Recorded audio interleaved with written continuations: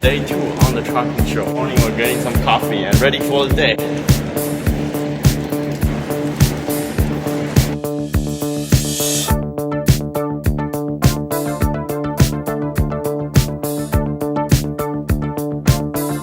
Apparently, we've got a recognition making contributions to the industry.